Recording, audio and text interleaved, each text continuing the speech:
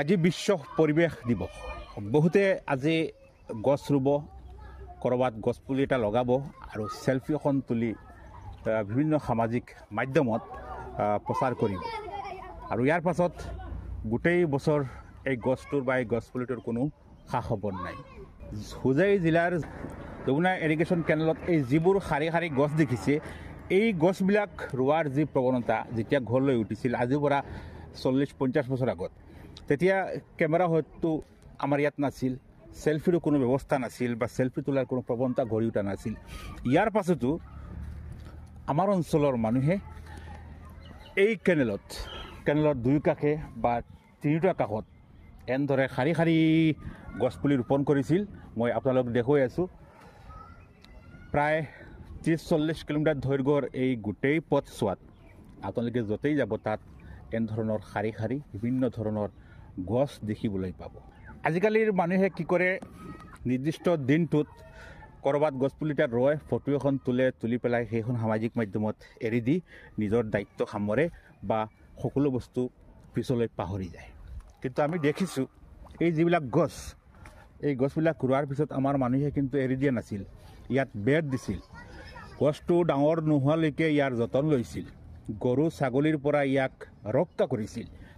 পাছত যেতিয়া গছটো ডাঙৰ হৈছিল তেতিয়া গছটোৰ চোৱা চিতাও কৰিছিল যাতে কোনো ধৰণৰ ক্ষতি কৰিব নোৱাৰে। সেইবাবে হয়তো আজি এই পথেৰে অহা যোৱা কৰা সকলো মানুহে পচন্দ কৰে, কাৰণ অন্যান্য পথতকৈ এই পথটোত সদায় ছাঁ হৈ থাকে বা এই পথৰ পৰিৱেশ সদায় অন্যান্য ঠাইতকৈ অলপ ঠাণ্ডা হৈ থাকে। শিক্ষাগতভাৱে আমাৰ এই অঞ্চল ইমান উন্নত নাছিল বা শিক্ষাৰ ক্ষেত্ৰত পৰিৱেশৰ ক্ষেত্ৰত ইমান সচেতন নাছিল। ইয়াৰ পাছতো কিয় আমাৰ এই অঞ্চলৰ মানুহে এনে এটা পদক্ষেপ গ্ৰহণ কৰিছিল বা তেওঁলোকে কি চিন্তা কৰি এনেদৰে গছ ৰোপণ কৰিছিল, সেয়া সঁচাকৈ আজিৰ দিনত চিন্তনীয় বিষয়। কিন্তু যিসকল মানুহৰ প্ৰচেষ্টাত বা যিসকলৰ একান্ত উদ্যোগত আজি এই গোটেই ৰাস্তাটো এনেদৰে গছ আৰু গছ হৈ আছে, সেইসকল মানুহে কেতিয়াও স্বীকৃতি নাপালে, সেইসকল মানুহক প্ৰশাসন হওক বা কোনো বিভাগৰ ফালৰ পৰা কেতিয়াও কোনো সন্মানিতও কৰা নহ'ল। যি কি নহওক, যিসকল মানুহে এইখিনি কাম কৰিছে সিহঁতে আজীৱন ইয়াৰ স্বাব পাই থাকিব আৰু তেওঁলোকৰ এই ভাল কৰ্মৰ বাবে আগন্তুক প্ৰজন্মই ইয়াৰ সুফল লাভ কৰিব।